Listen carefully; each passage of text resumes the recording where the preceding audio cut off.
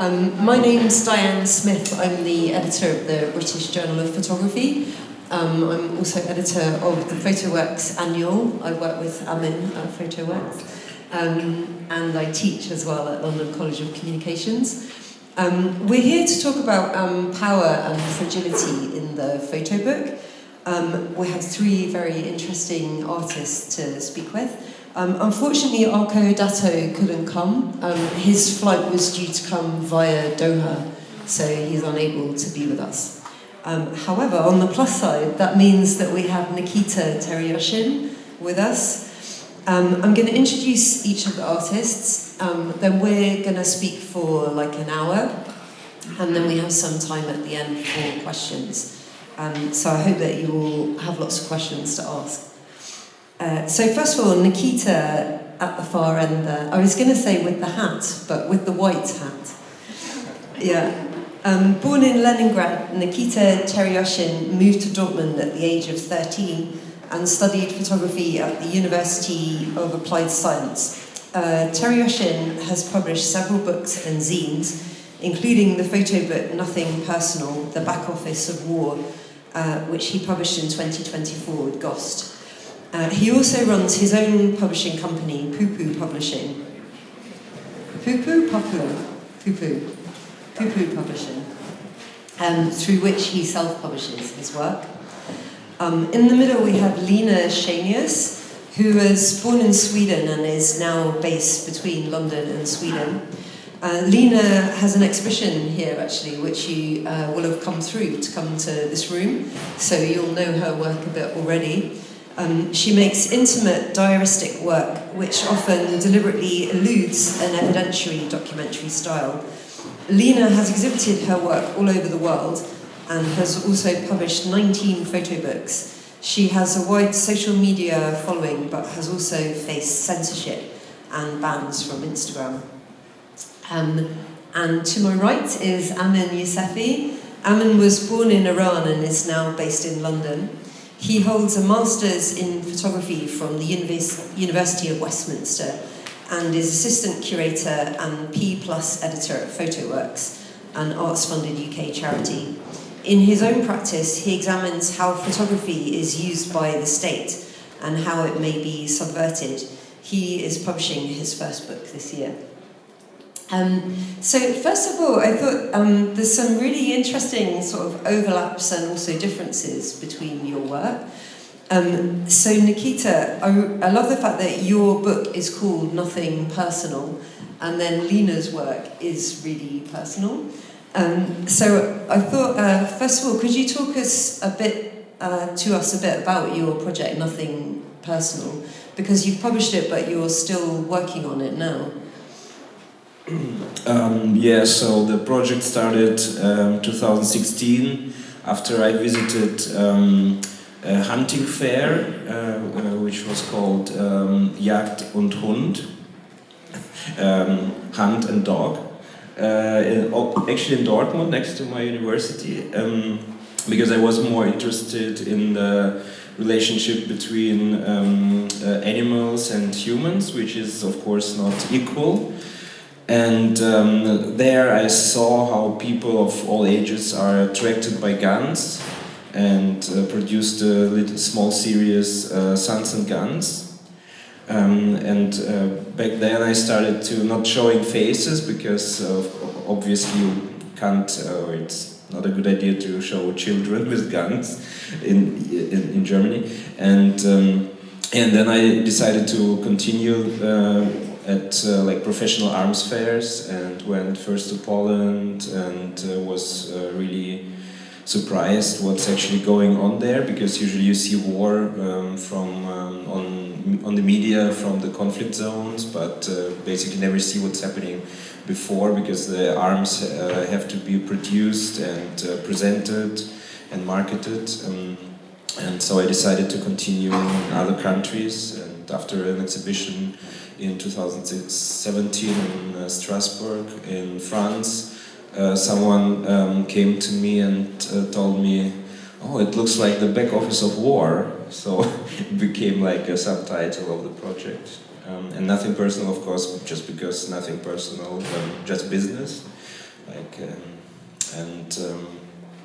So this is how it started.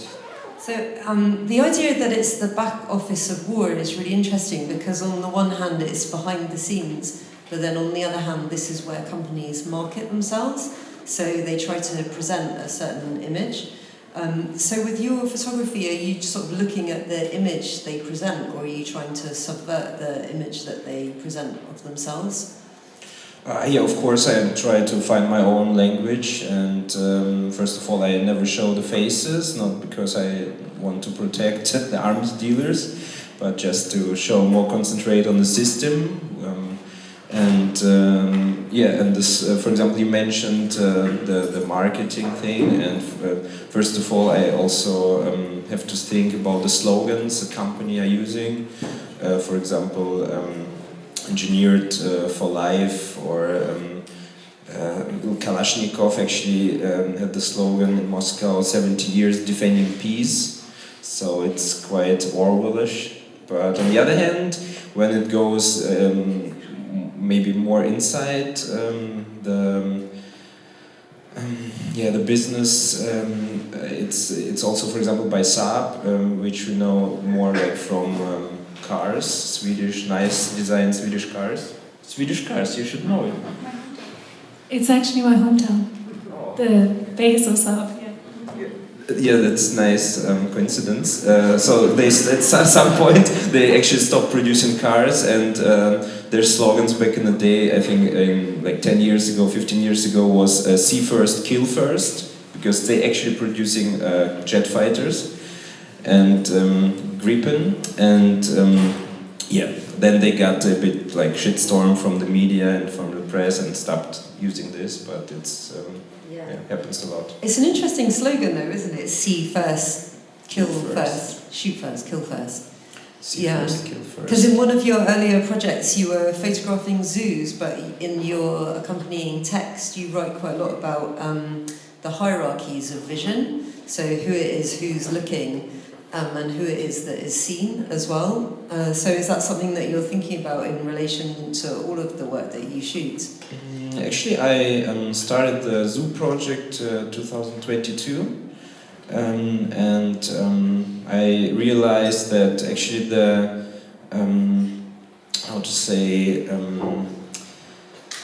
the act of gazing the animals is already kind of an act of abuse. And so usually you just go to the zoo, you pay something, and you look at the animals and you think it's actually not totally normal. But the system behind the zoo, or the zoo as a system of artificial world, which actually is coming from the colonial past, the European countries, everything is arranged that the animals are being exposed for many hours. And for example, I went some weeks ago to Nuremberg to the zoo, and there were some gorillas in these cages. I can't remember maybe it was glass or without, but anyway, there was written, please don't, of course, use flash, don't use teleoptics, because when they see you are aiming the camera in their direction, they're becoming already like anxious, and they looked absolutely depressed actually. And on the other side, there are many children going there and crying, and so the system is there is a mistake in the system and not actually what the visitors are doing. But I used the flash for just underline these places, and the flash, also the idea of the flash was to show the gaze of the visitors on the animals. Lina, I was interested in this in relation to your work, because before you were a photographer, you were a model, right? Yes. So I wondered how the experience of being a model, being the one photographed, has impacted your work as a photographer. Yeah, I think I'm realizing more and more how important that was, because the transition happened so naturally for me, and the older I get, the more I see how hard it was to be in that industry and how badly it affected me. And so I just started taking pictures myself because I was being photographed in a very particular way, and I had to be very thin, I had to be very sexualized from a very young age, and yeah. Then I just started taking pictures myself instead, because I was like, I want to be seen this way, or I want to experiment. I kind of took their language and twisted it a little bit, so I came home, and I came home from a shoot, and I had been naked and posing in certain ways. And I went home with that language and kind of changed it a little bit and just played with it and tried to find what do I want to do and who am I in this. Yeah. So for you, was it an important act of maybe empowerment even to take the photographs of yourself so you are then choosing how you're depicted? Definitely. And I think at the time I didn't really realize. So, because in that industry, like I guess also with these animals in the zoo, I guess you just get used to things.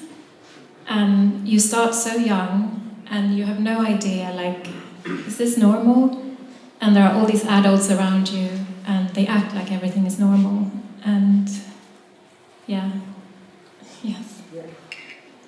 Did you ever feel that you didn't want to be the subject of photos though? Because, you know, before you were the subject and someone else photographed you, and then you become the photographer, but you remain the subject as well. So did you ever feel like you wanted to just to remove yourself from the frame altogether? Absolutely. Sometimes I will like wake up in the night, even now, and I'm like, I'm not taking a single picture of myself again. I'm done. I don't want to be exposed.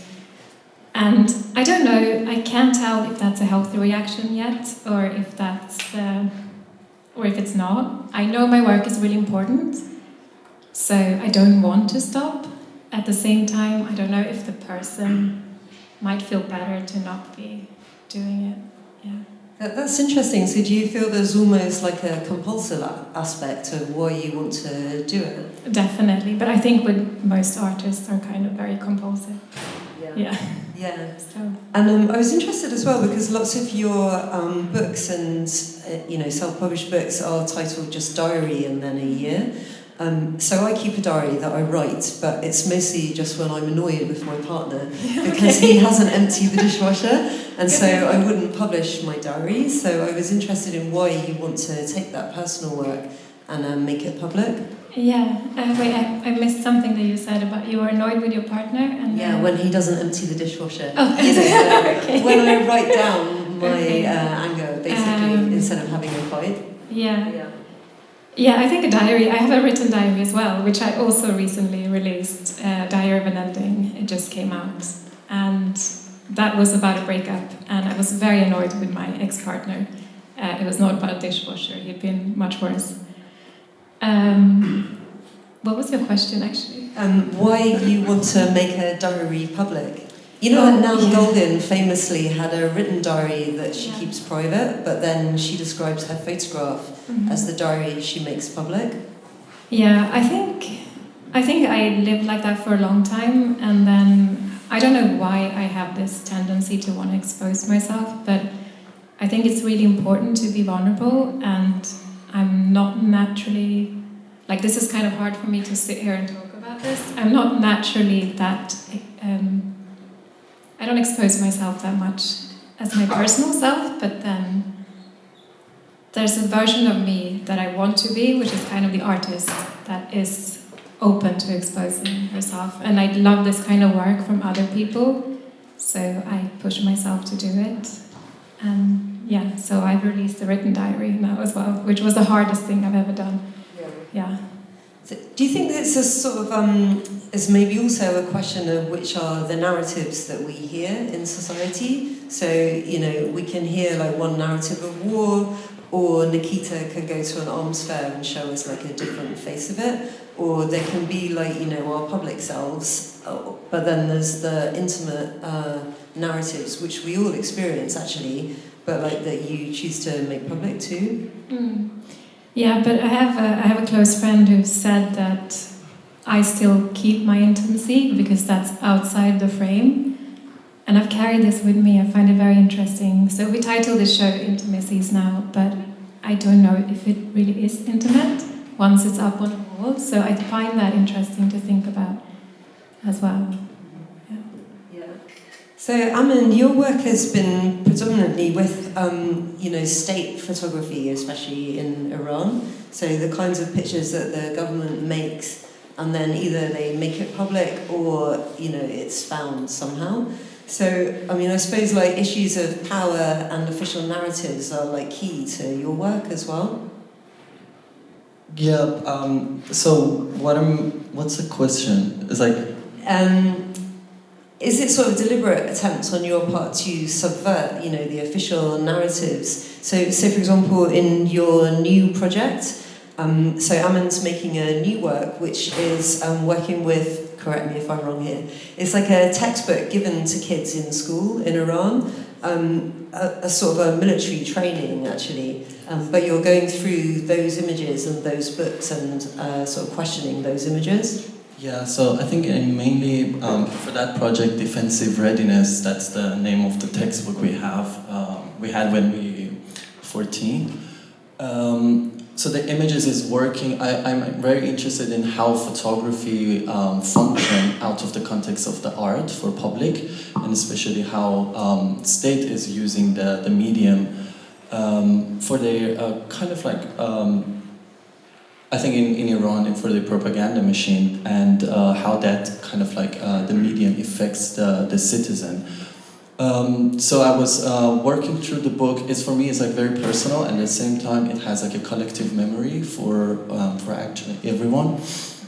And the interesting thing for me is how there are some kind of like a sub-narrative or different layers through the archive that can be bring up in relationship with the current situation around the world as well. I think this is happening in Defensive Readiness, where I'm revising the book that I had when I was 15. I'm 30 years old, so it was like 15 years ago. The book keep updating every few years. For example, the version I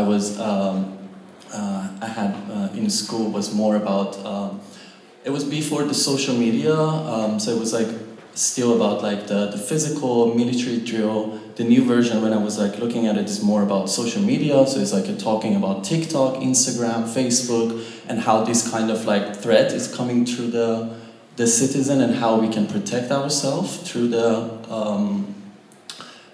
social media.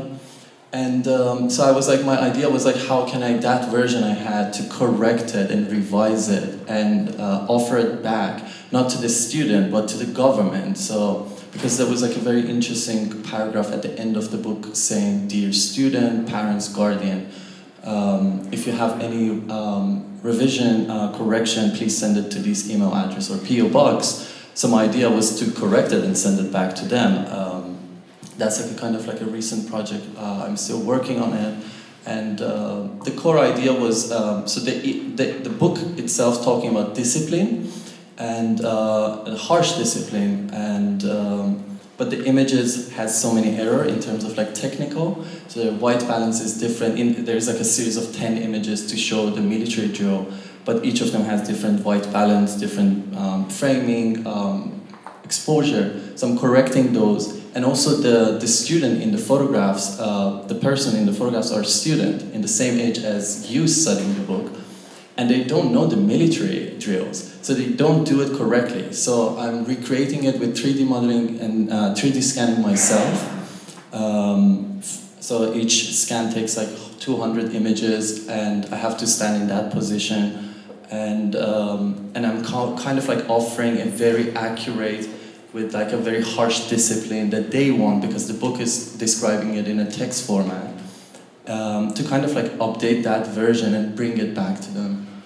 That's like a kind of like core idea of the Defensive Readiness I recently worked on.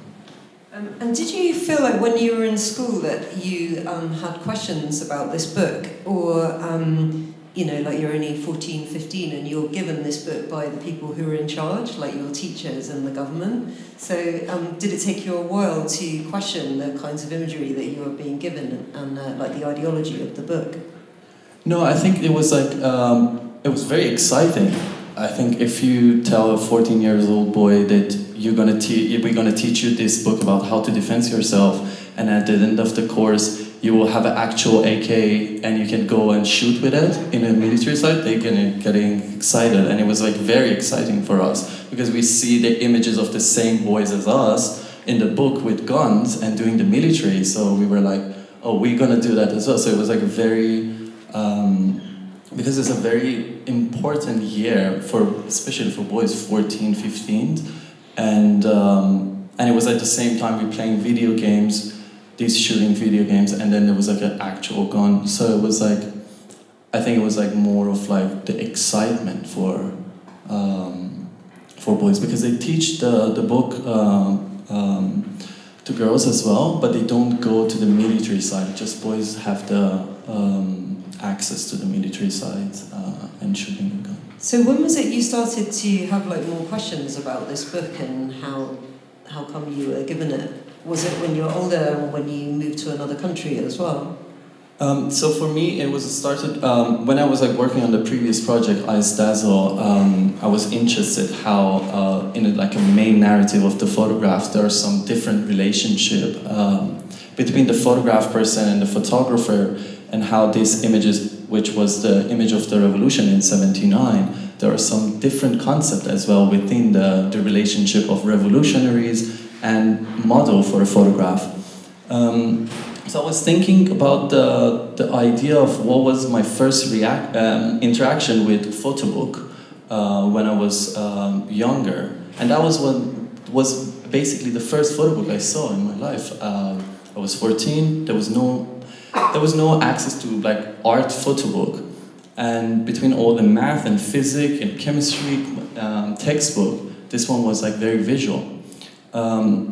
So it was like, I think it was last year, 2 years ago, I was like thinking about this process of my interaction with Photobook, why I'm interested in it. And that was like a kind of a reminder. So I downloaded the PDF, I went through the whole book, and it was like very unclear for me. I think that the only image I have in my mind, I was very excited as 14 years old. So I went through the book again. I found a copy on a secondhand store, which was very interesting because it was for a student at the same year from 15 years ago, which was full of so many notes and drawing. You know, students usually do doodle on the paper. So I had the physical, and then I started scanning the book.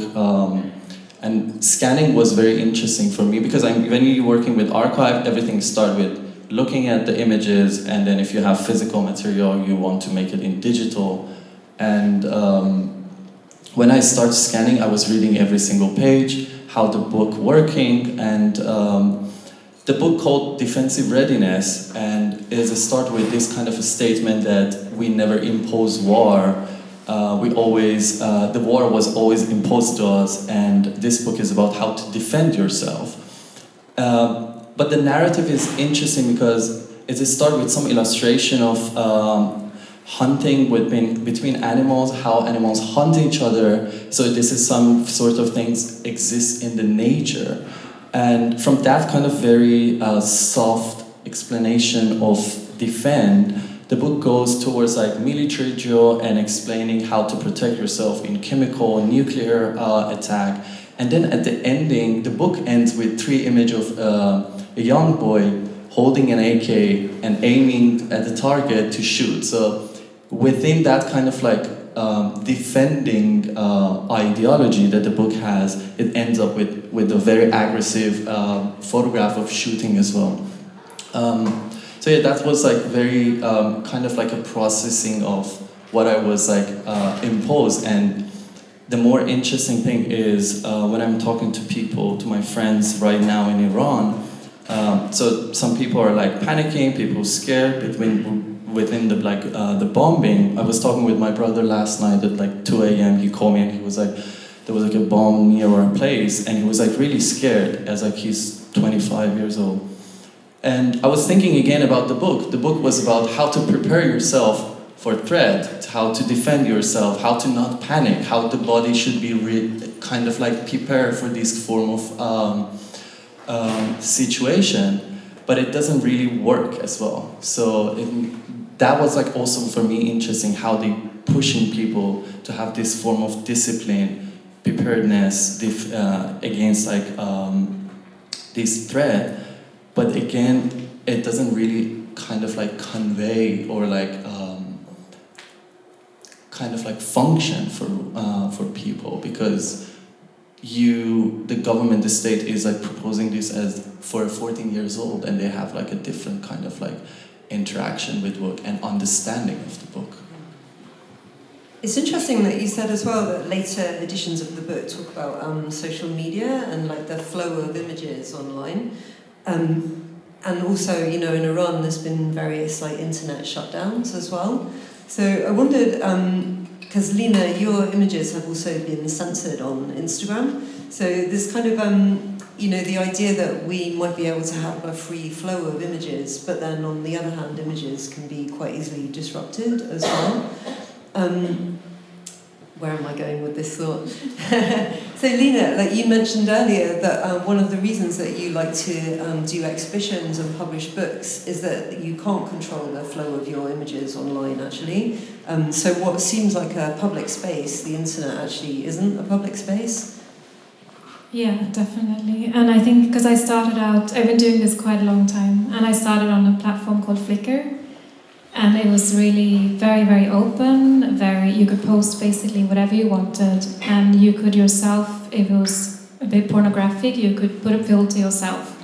But they trusted the users to do that. And I don't know if anyone's been on there, but it was mostly photographers at the time, and it felt extremely liberating because I think it was sort of the dawn of photo sharing. And I gained a large following on there, and I met lots of friends, and it just felt like an incredible way to share photography. And I think we just assumed that it would continue to be that way, but then people moved on from there to Tumblr, which was still quite free, and then from Tumblr to Instagram, and Instagram just blew up. And I think on Flickr we didn't really know that we could get work opportunities from the internet either. We were quite naive when we joined. We didn't know that there would be any curators or anyone who could offer us any opportunities on there. We just felt like a gang of photographers. And then we joined Instagram, and people started to get really aware of this sort of internet fame, and that you could go viral and these sort of things. And it started to get important how many followers you had, how many comments, how many likes. And you got work from that. I got work from that, and I could sell my books from that. I could get exhibitions. I could get articles in magazines. And I think Instagram got worse and worse, so I could it was kind of clear in the beginning that you couldn't show nipples, but I don't think, it's hard to remember everything now, but it feels like it's gotten worse and worse. And less clear what you can and can't show. And they're also they're not transparent. They will remove things, and there will be no real explanation why. And sometimes I've been shadow banned, which means that you can't find my account, and you have no information that happens to you. So the first time I figured it out, I was at a fair like this, and I met somebody, and they wanted to see my Instagram, and I typed my name into their phone, and it was gone. And I was like, oh my god, my whole account has been deleted. And then I came home and I checked. I think I just had it on my laptop at the time. And my account was still there. And that's when I learned about shadow banning. And I don't know who coined this term. It's an amazing term. Do you know? Yeah, I've heard it. Yeah. But do you know who coined it or where it came from? No, I have no idea. No, I think it just happened sort of underground. But it wasn't... it's not Instagram themselves. They don't even tell you that it happens. So you just had to figure it out with other users. Like, what can I do about this situation? What is it? What does it mean? And I think that's kind of scary, that this company has so much power over us and they don't explain what they're doing or how they're operating. Yeah. Amin, how does it work in Iran? Like, if there is an internet shutdown, do people use VPNs, right? Like, are there sort of alternative networks that people use in order to share images or just conversations? Well, there are, I think, different types of internet shutdown. Sometimes they just shut down the internet and activate the internal internet, so the site that they have the domain space in Iran, or like some internal social media similar to WhatsApp, they're working. Sometimes they shut down the whole internet. That's what people are mostly facing in last few months. The access sometimes is through VPN mostly, and the problem is like they're also blocking the internet. I was talking to my friend to kind of like find a way to create some like VPN, because if you're like based in Europe, you can have like this kind of like a private IP that you can offer to someone in Iran that they can connect through your computer to internet. But they are very advanced as well, because at the same time, once they log into your IP, they can track that IP and block that. So it's like constantly change. You have to like every half an hour to change the IP. It's like very, very difficult. And it depends on the level of the shutdown that they're doing at the same time. And do printed publications offer like another network and another kind of way to distribute information? What kind of information? Well, say for example, at LCC recently I was speaking with a Chinese student, and he was saying, some books are just really hard to distribute in China because, they would be deemed unpublishable by the government. So he was telling me about this bookshop that looks like a coffee shop. But if you know the people and they know you, then eventually they might show you some books under the counter. So it's sort of like, in the USSR when they had like Samizdat publications, which they're not officially published, but they can still circulate anyway.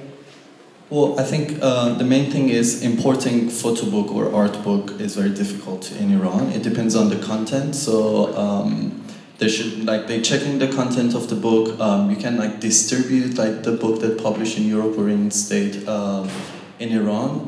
But there are some a private photobook collective or archive. One of my friends has a photobook collection archive that he collecting books through friends. Every time traveling to Iran, I'm taking some photobook, important photobook for him to add to the collection.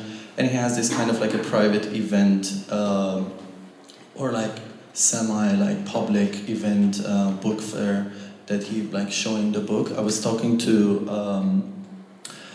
one of my friends at Der Drive, and I was saying I took some of the Der Drive magazine to Iran, and they have this issue with Romberg and Scheynius.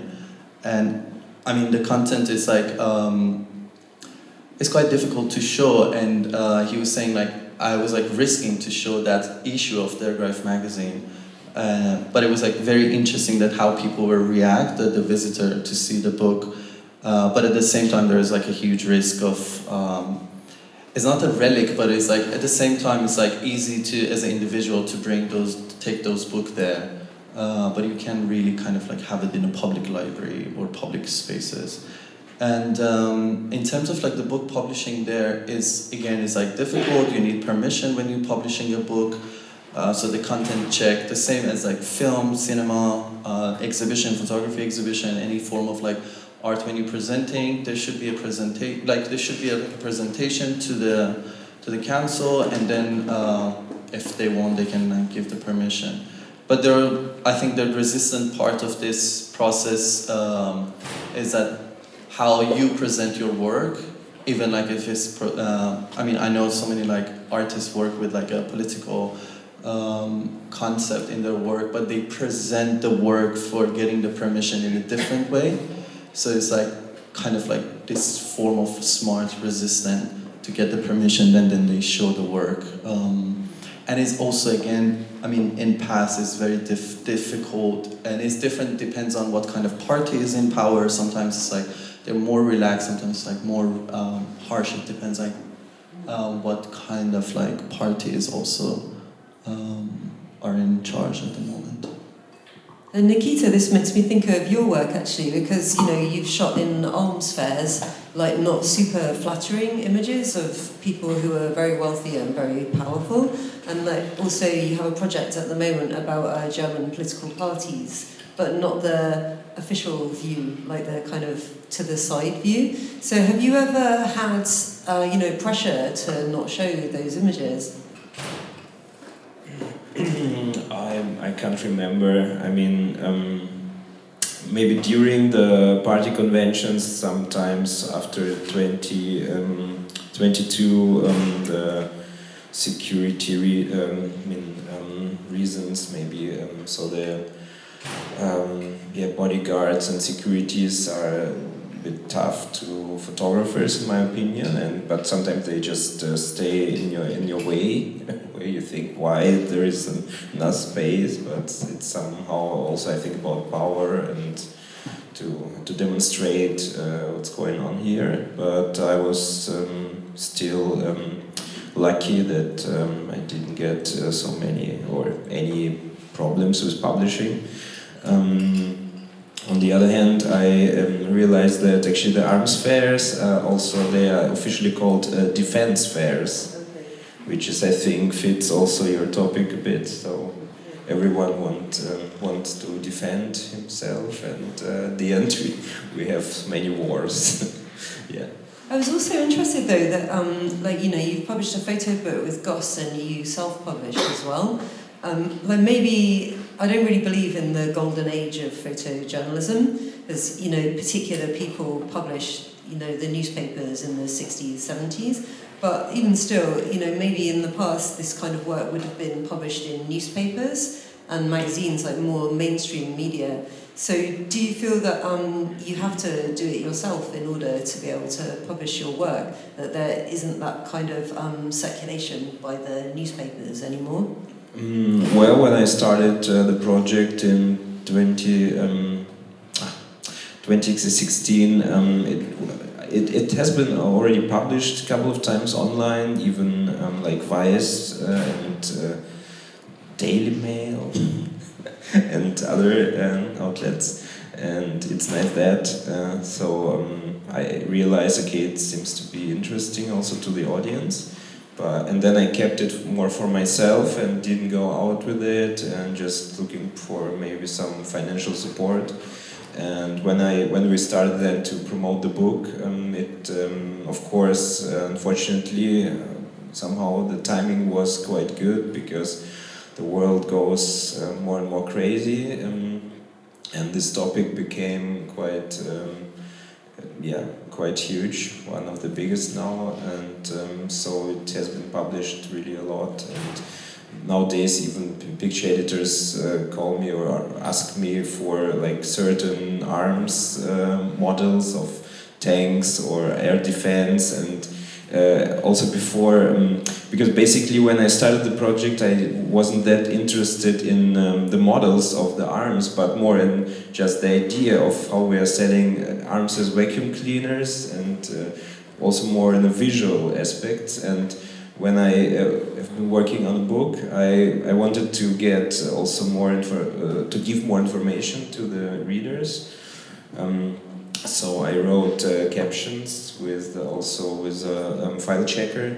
So I realized actually what I was shooting all the time, what kind of stuff, and then also many things came together. Also for example, the Nobel Peace Prize, which Trump wants to get, and so he also starts wars for it, maybe, or ends and starts. The Nobel Peace Prize, Alfred Nobel was actually also inventor of dynamite and huge arms dealer, and his family. So everything is kind of connected together. Also many companies working in the civil field are also producing weapons, and nowadays even Volkswagen were thinking of also partly start to produce weapons, and Adobe you will also find in an arms fair even. So everything is somehow connected. Now I already forgot a bit the question. I'm sorry.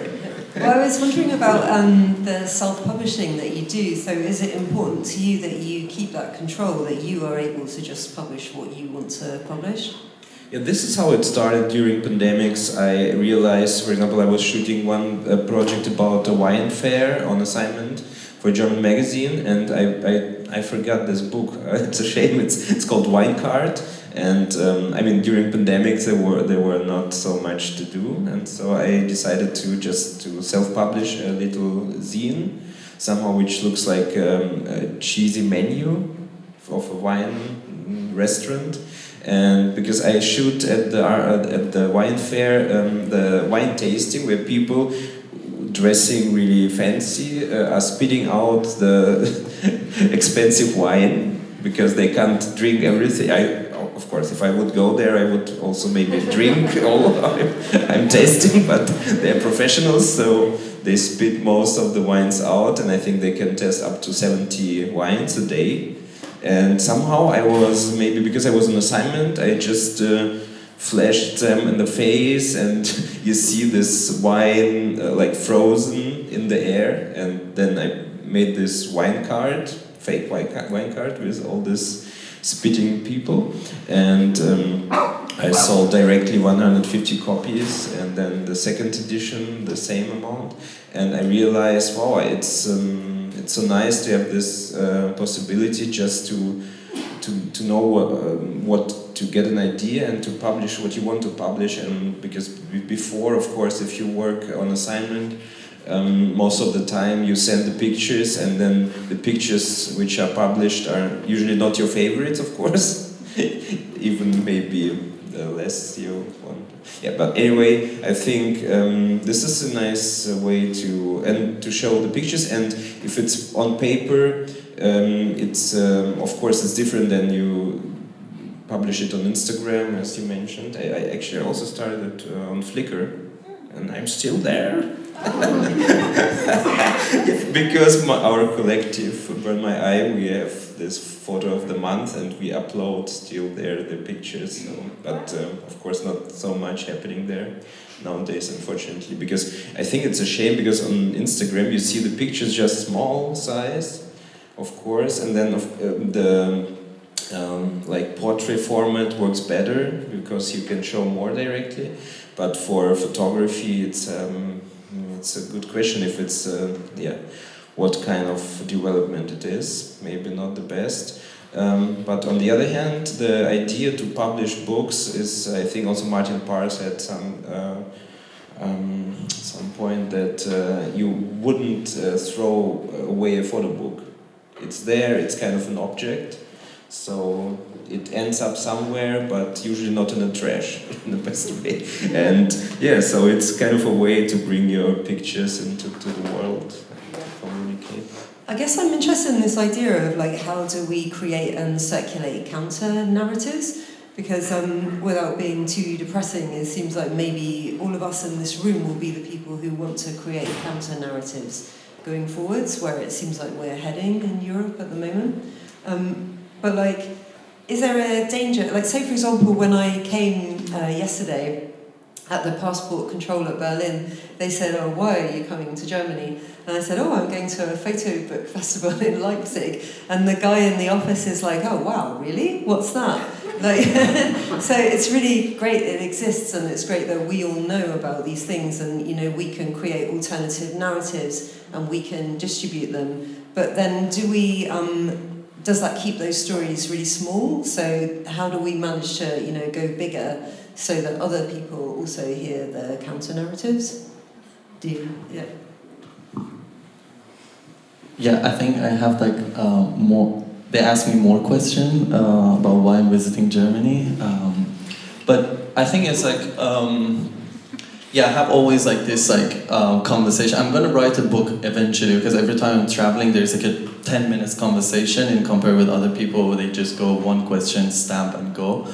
But it's very like it's interesting what you're saying. But I think I'm a little bit disappointed person in general about this kind of like resistant form of counter narrative while I'm doing it at the same time.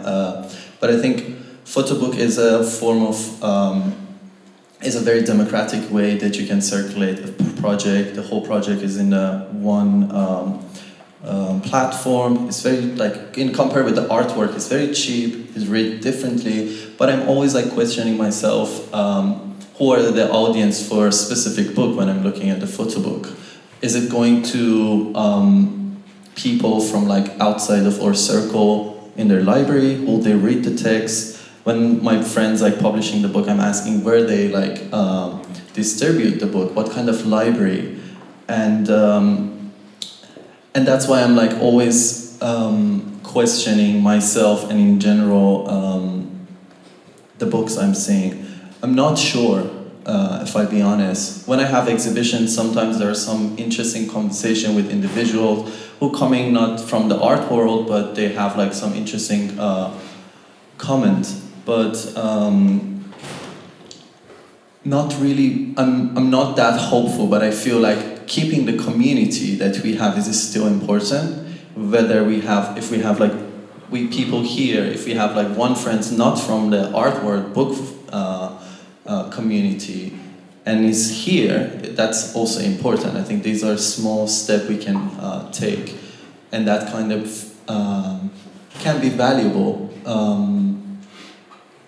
Yeah. Lina or Nikita, have you got thoughts on that one? Yeah, I think it's a great question. I was thinking myself, because I published my first book was 2007, and I deliberately didn't want it to have a big audience, so I didn't put a cover on it. I didn't put my name anywhere on the outside. It was just white and pictures inside, and my name was somewhere inside.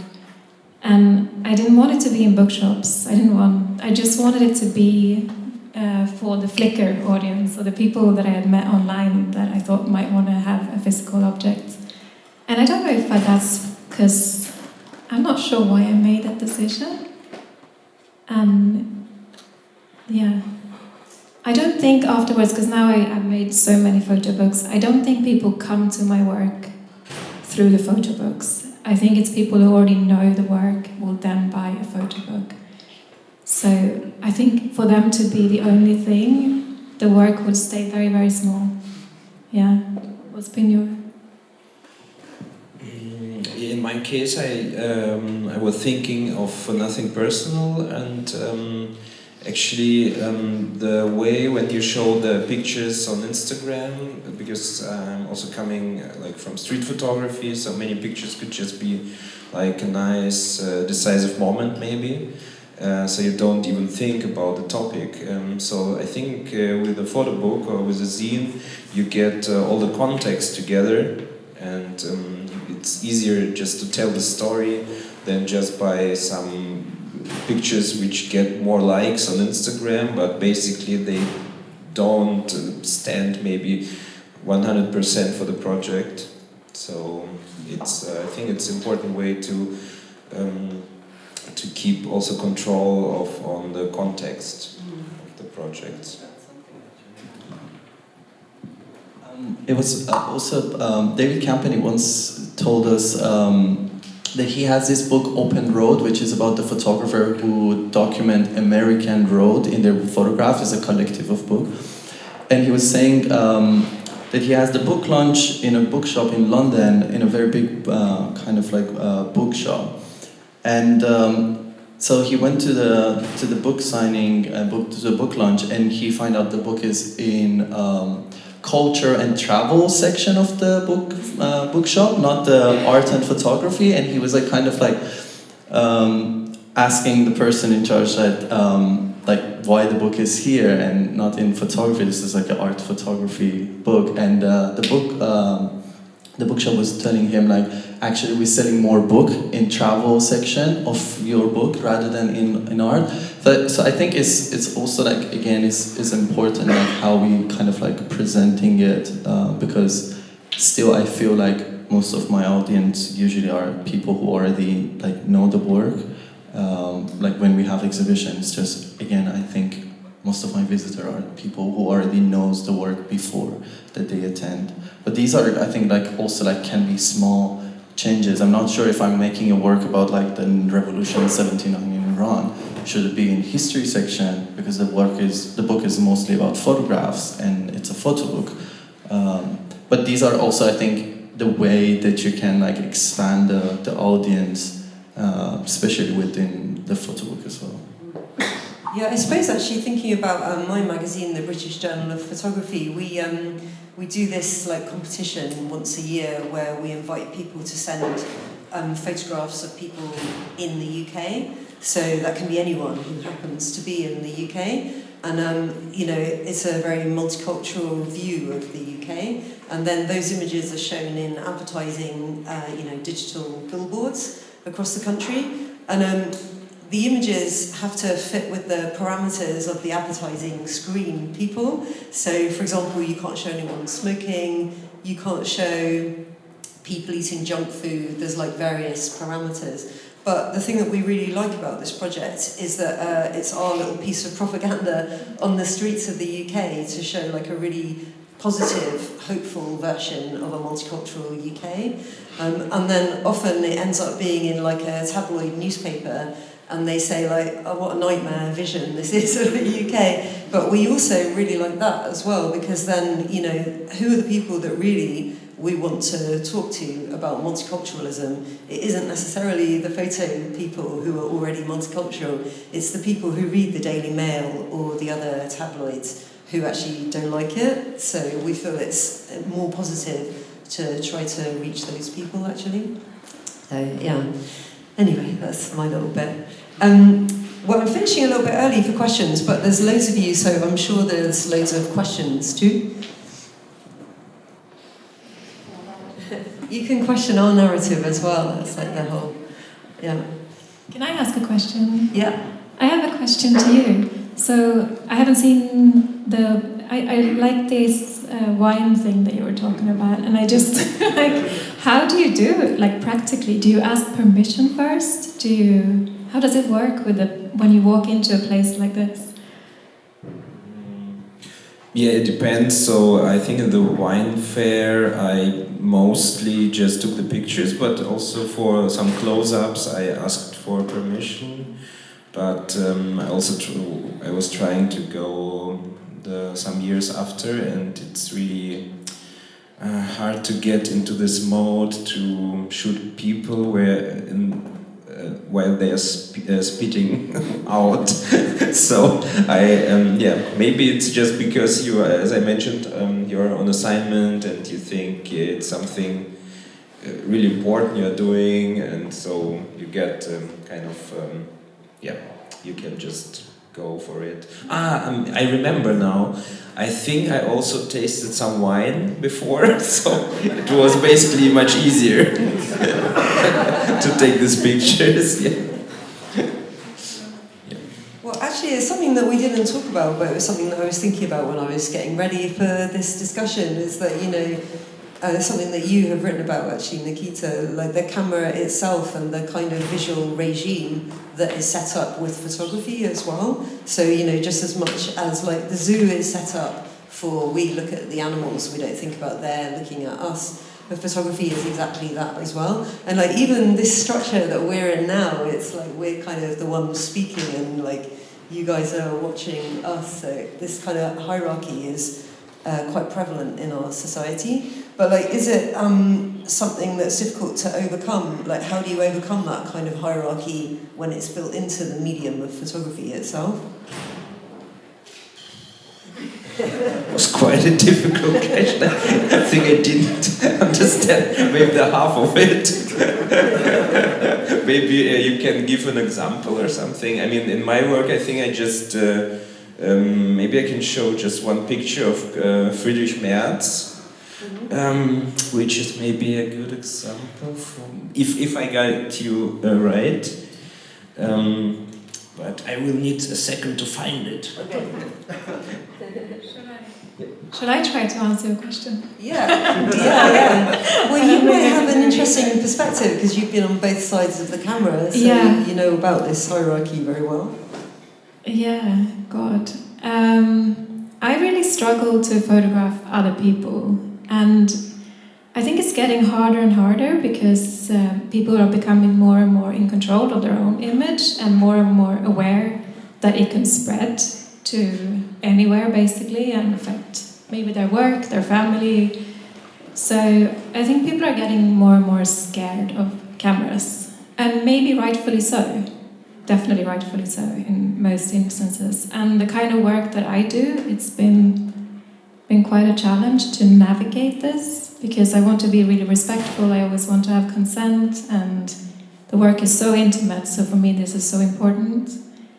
But I think more and more people are getting aware of who's going to see this and how is it going to affect me. Whereas photography maybe 20 years ago, it was so much freer because it would just maybe be in the photobook or newspaper or art exhibition, and now it can end up in anyone's phone basically. Yeah. So the internet is what has made the difference, because images circulate so much more. For sure, and so quickly, and could also be used really out of context. Yeah. Well, I think this is like the main idea of the ISTAS, or the project I work with the image of revolutionary, which was there was like these journalists document the crowd in '79 in Iran. And among thousands of people in the street, there was one person gazing back at the photographer and kind of posing for a photographer, which is, I think, is very important, because I feel there is a relationship between the photograph person and the photographer that is happening at the same time. And I think there is this is a collaboration that we usually write the history of photography by a single hero, which is the photographer. But the participation of the photograph person is also, for me, is important. I think from the terms of like ethical aspect of it, because we're ending up on everywhere, on our phone, social media, Photobook, everywhere, and they are participating, whether they model for us, they pose for us, or they're a random person who was walking. I think Ariela Azaleh is like talking about that concept very interesting in Civil Contract of Photography, where she proposing that the role of the photograph person should be acknowledged as well in the event of photography, and that's something I'm really interested how we also like value the photograph person, how they shape the photograph, because. The photographer make the composition, framing, and make the decision to when click the shutter, but at the same time, that person, whether intentionally or not, is also participating in that event as well. Yeah. Nikita, have you got the image you want to show? Yeah, so I'm working at places where, as you mentioned, like powerful people going to, and it's everything about the official staging. So they want you to actually to take the picture they stage for you, like the obvious thing on the stage. So, for example, this one. So Friedrich Merz was just re-elected at the head of his party, and so there were, of course, many press photographers, and I was also standing there, and there was the only place where I was able to stand, even though it was quite near to him, and then the shadow of the stand went into his face, so at the end on the picture you can't see his face. Of course, everyone knows how he looks like, but for me it was, when I saw it on the screen very fast, I thought, wow, this is an interesting picture, because basically it doesn't work with it's not a press picture, so it's a wrong one, something went wrong, I call it the imperfect moment. And I think this is something which is really interesting, and it has been used some weeks later by the German newspaper Die Taz, because he's been working somehow with the far right party in Germany for voting or something, or at least he also wanted to get their votes. They called it Schwarz zu Blau, so black to blue. It's a German song by Peter Fox, but so black is the color of his party, CDU, and blue is AfD, and but I think at the end it's important to keep it in mind that that at least personally I don't want to take heroic pictures of politicians there, and for example during when I'm on assignment asked to take a picture of a politician, there is for example a press person who is like doing all the press stuff and also taking care that no signs or nothing goes wrong, and it is like more difficult to take such imperfect picture, but at at the party convention it still can happen. That's quite crazy. So someone is checking your images. They not really, I mean they do everything they can. If the newspaper or magazine would allow them to see the pictures before publishing, they of course would do it, and everyone wants to be perfect, staged somehow. And I try everything that is not the case at the end, and sometimes I also fail, and I think, oh wow, it's too good. I mean, it's not about to show the people in a bad way or something, but I think it's important not to produce images in this, of politicians, which they also could use for election campaigns. Yeah, because otherwise it's like they're treating you like a photographer that's embedded with the army, but you're not an embedded photographer, so... Yeah, actually I started a project about this German party conventions, which is called Game of Chairs. I just went there as a student back in 2016, because I knew it just from the TV show, Heute Show, and I thought it also reminds me a bit of kind of a fair, and there is a lot of staging, everything has to be perfect, as I mentioned, and I was trying because I had no assignment, and there was nobody told me what pictures I have to bring back, and it was really nice actually. So it was a feeling like a bit rebellion, and I was feeling like I'm total outsider here, and nobody wants me there, and no one was using a flash. I think some of the colleagues really hated me for it, because the flash was super strong, and I got a lot of shitstorm later when I posted it on Facebook in a group, picture editors in Germany, and many of the colleagues wrote, first you should learn how to use the flash before you show us this shitty pictures. But the other half of the people, then they wrote, you just don't get the message, you don't understand what's happening on the picture itself. Then the first group started to delete the comments, actually. They posted first. I think it's important not to go with this picture they want you to be shown or to be made. Not to. It's a trap somehow. Okay. Oh, good. A question. Shall I give you the microphone? Mila. I'm a photographer as well. And I'm really happy how this little project of podium discussion went, because it's really a discussion about art. So first I thought it's more something like best practice about Photobook, and that I walk out with a homework. I should really do it myself, and now I'm really happy that it's really about your work as artists, and the power and fragility, and being offensive with the camera as shooting, but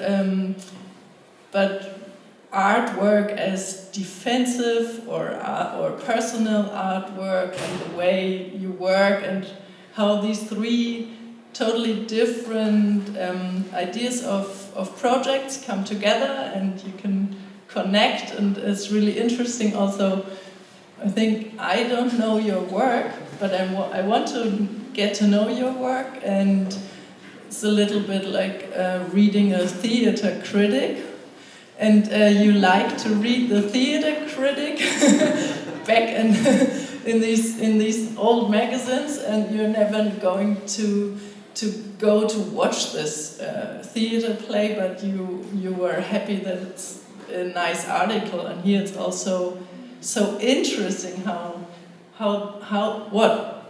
what really is important. It's not just art, but it's really about getting an idea across about modeling, about war and defensive and these guns, and so it's political work, social work, art. So yeah, my question. What is my question? That I find it interesting that the book publishing is just one little piece in the whole art process, and it's important because photo books stay, but it's not the main purpose or so.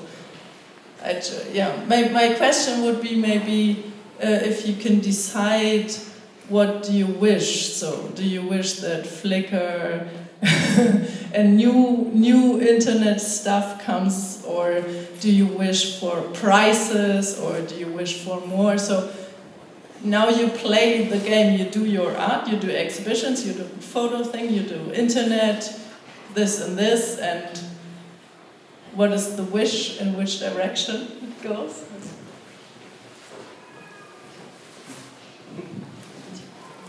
You two have more photo books than me, so I thought that was a great question. I don't have, it seems neither of you either, I don't have an answer ready.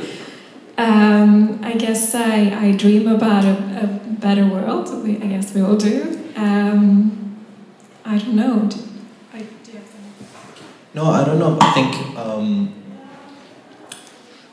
I feel like the way that I'm producing the book is a piece that remains even after me. There is going to be different reading. The reason I made the project is because someone else in '79 produced some images, and in 2010 published the book, and me, without knowing the photographer, anything about that, I just saw the pictures.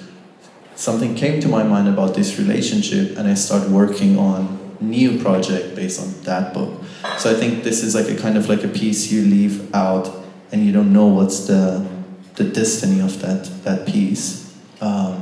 It's an individual interaction between the reader and the book. But I'm not looking, I think, eventually for a prize for the book. This is like a kind of like a internal struggling of myself with my thoughts through form of like book that I offer to people without knowing me to interact with. And probably maybe in the future, someone be like as curious as I was to play with book as well. Yeah, so my wish when I think of my home country, because I was born in Russia, and when I would now go back there, they would directly put me in prison for things I posted online, and so I think I would really wish that we still will keep here in Germany and in Europe the freedom of press, freedom of expression, because it's nothing which is, how to say, selbstverständlich? Yeah, granted.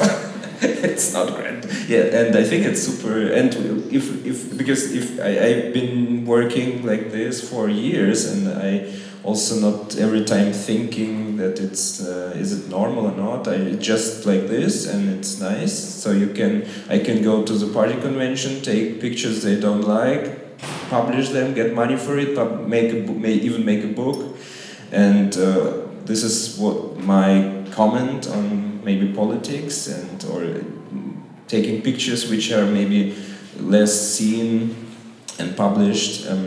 But yeah, I just wish that it will be we are going to be able to do this in maybe 5 or 10 years, just because of things happening also in Germany with politics.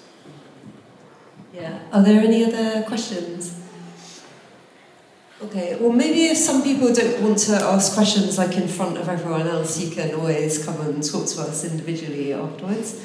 But yeah, I think that's a great place to end. So thank you very much, all three of you. Thank you. I thought your questions were really good.